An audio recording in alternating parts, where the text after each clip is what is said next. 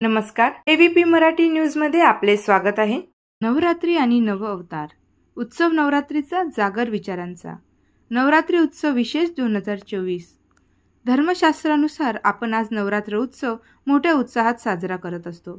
महिला आयोग, महिला हक्क आणि महिला आरक्षण असून ही महिला सक्षमीकरण आणि नारी सन्मान असून ही आज महिला याबद्दल किती जाणकार आहेत हे महत्त्वाचे आहे। याबद्दल आक्षेप घेण्याचे किंबहुना किंतु परंतु असण्याचे कारण असूच शकत नाही।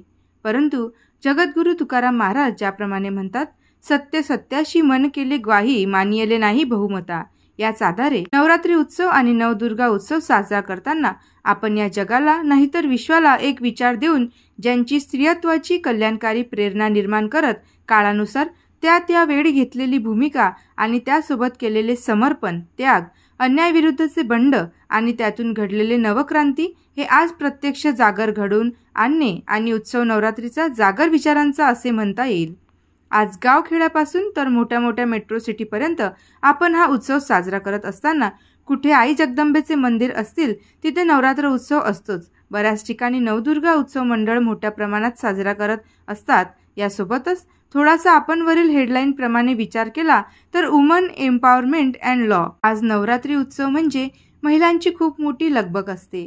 मंदिरात असू दे नाहीतर मंडळात असू दे, त्यांचे उपवास, कलर कोड ड्रेस, गरबा आणि त्यांची भावपूर्ण भक्ती। पण थोडंसं भक्तिशक्तीचा जर संजोग घडला तर आज समाजातील शोषित, वंचित, पीडित महिलांना सक्षमता आणि आत्मनिर्भर होण्यास मदत होईल यात शंका नाही। आता भक्तिशक्तीचे दर्शन कसे घडेल? ज्याप्रमाणे आई जगदंबेचे नव अवतार म्हणून आपण वेगवेगळी रूपे आणि कथा ऐकल्या, त्याचसोबत या 9 दिवसात कर्तृत्ववान आणि आपल्या कार्याने महान असणाऱ्या क्रांतिकारी विचार घेऊन अवघे विश्वची माझे घर म्हणत ज्यांनी तुमच्या माझ्या येणाऱ्या अनेक पिढ्यांच्या भविष्यांचा विचार करून कार्य केले, त्या कर्तृत्ववान स्त्रियांच्या विचारांचा जागर झाला तर आज समाजात बदल घडेल आणि त्यांनी केलेल्या कार्याला आपण मानवंदना देऊ यात दुमत नाही।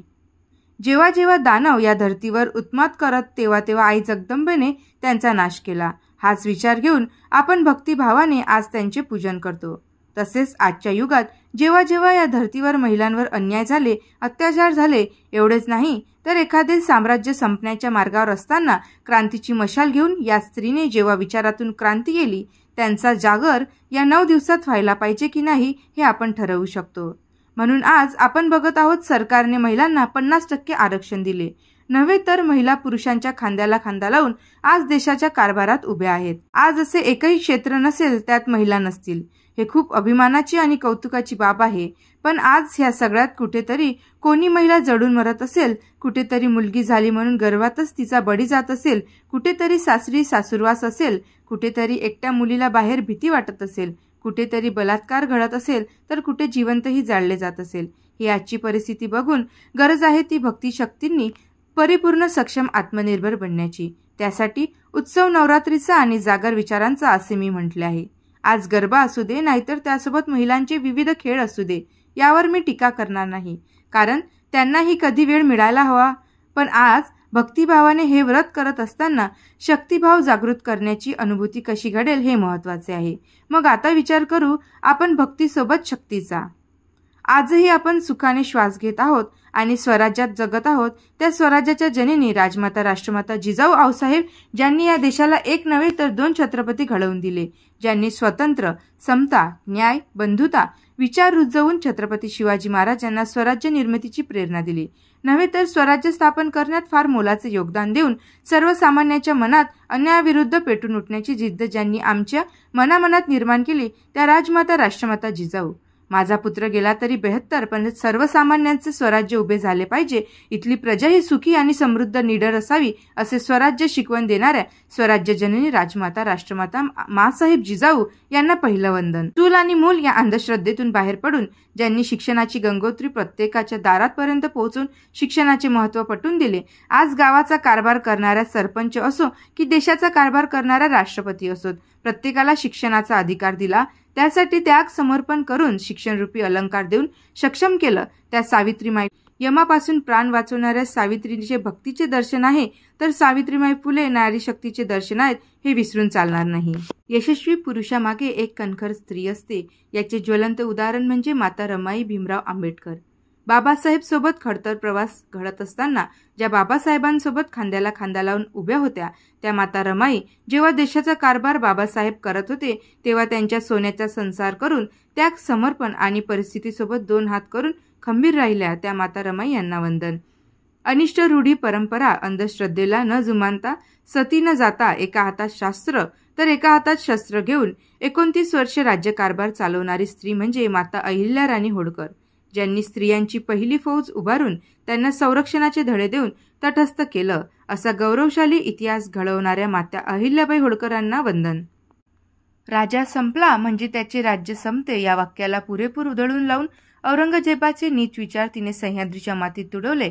आपला मान, अभिमान आणि स्वाभिमान ज्यांनी कायम ठेवून ज्यांनी स्वराज्य पुढे नेले. दिल्ली झाली दिनवाणी, दिल्लीशास गेलं पाणी. राम राणी ताराबाई भद्रकाली कोपली. शूर, कर्तव्यदक्ष, स्वराज्याच्या रणरागिणी महाराणी ताराराणी यांना वंदन. रामासोबत सीतेला 14 वर्ष वनवास घडला, पण त्यापेक्षा जास्त 29 वर्ष स्वतःच्या आयुष्याचे अग्निकुंड करून निस्वार्थ आणि त्यागाची भूमिका असणारे उत्तम उदाहरण म्हणजे महाराणी येसूबाई. छत्रपती संभाजी महाराज गडावर नसतानाही स्वराज्याची मान उंच ठेवणाऱ्या स्वराज्याच्या रणरागिणी महाराणी येसूबाईंना वंदन. एक स्त्री दुसऱ्या स्त्रीचे पाय ओढते त्यापेक्षा एक स्त्री जेव्हा दुसऱ्या स्त्रीच्या मदतीला उभी राहते तेव्हा ती फातिमा शेख होते. स्त्री शिकली म्हणजे पाप होते ही लोकांच्या बुद्धीला लागलेली कीड काढण्याचं काम करत स्त्री शिक्षणाचे महत्त्व समजून स्वामी सावित्रीमाई सोबत ज्यांनी स्त्री शिक्षणातून आपला उद्धार केला त्या जगातील पहिला मुस्लिम शिक्षिका फातिमा शेख यांना वंदन. कधी आमच्यावर प्रेम करणारी जन्म देणारी आई होते तर कधी आमच्यावर संस्काराची पेटी बनणारी आजी होते. कधी आमच्या सुखदुःखात साथ देणारी बहीण मैत्रीण होते तर कधी आमचे रुसवे फुगवे काढणारी आत्या किंवा मावशी होते.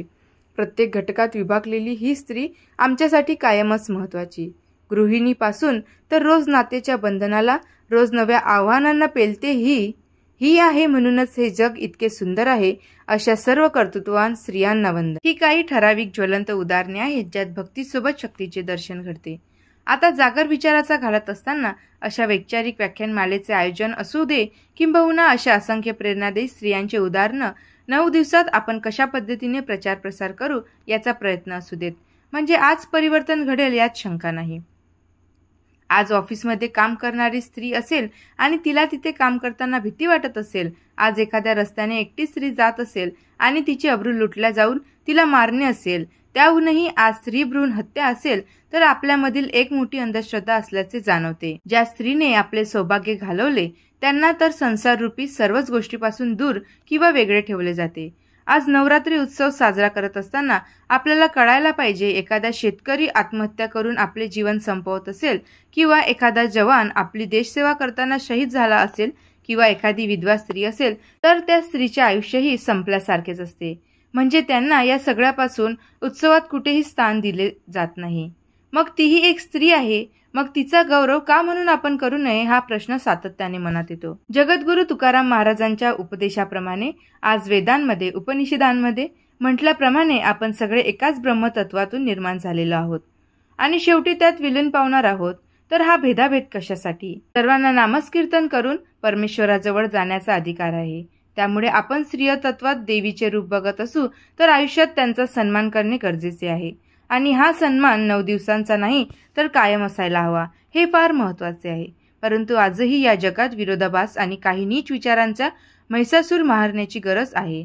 आम्हाला भक्तीसोबत शक्तीचा जागर घालण्याची छत्रपती शिवाजी महाराजांच्या विचारातून आम्ही महाराष्ट्र बघत असू तर एकटी मुलगी संधी नाही तर जबाबदारी आहे. शत्रूच्या सैन्यातील स्त्री ही आपली बहीण आहे हा विचार राजांनी आम्हाला दिला आहे. आई जगदंबेची, तुळजाभवानीची, शिवरायांनी केलेली भक्ती आणि शिवरायांच्या विचारातून मिळालेली शक्ती हे आपल्याला प्रेरणादायी आहे. म्हणून हा भक्तीचा उत्सव शक्तीची साथ देऊन साजरा करता यावा. यासाठी कर्तृत्ववान महिलांचे सत्कार असतील, निराधार महिलांना मदत असेल, मुलींना येणाऱ्या काळात स्वतःचे संरक्षण करण्यासाठी कराटे, लातीकाठी, त्याहूनही पुढे जात गरजू आणि हुशार गरीब घरातील मुलींना शिक्षणासाठी मदत, मुलींना विविध मार्गदर्शन शिबिर असे उपक्रमही राबवणे ही काळाची गरज आहे. नवरात्रीचे शेवटचे दिवशी 9 कन्या जेवण करतात तेव्हा त्यांना शालेय साहित्य देऊन त्यांना प्रोत्साहन देणे, शहीद जवानाच्या पत्नीचा सत्कार असेल, शेतकरी आत्महत्याग्रस्त महिलेचा सत्कार असो, अशा पद्धतीने खूप काही उपक्रम आपण राबवू शकतो. गरबा खेळणे, काही खेळ खेळणे आणि मोठे बँड लावून मिरवणुका काढणे हे ठीक आहे, पण त्यासोबत या विचारांचा जागर झाला तर? असो, तुर्तास एवढेच की व्हिडिओ आणि आपल्या विचारांच्या माध्यमातून सगळे मांडणी करत असतात, पण काहींना कळतं तर काहींना कळूनही वळत नाही. नवरात्रीचे औचित्य साधून वरील काही विचार आम्ही व्हिडिओच्या माध्यमातून प्रसारित केले. त्यांना बरीच वाव मिळाली, अनेकांनी स्टेटस ठेवले, अनेकांना आवडले. शेवटी आम्ही लेखनाच्या माध्यमातून यावर प्रकाश टाकला.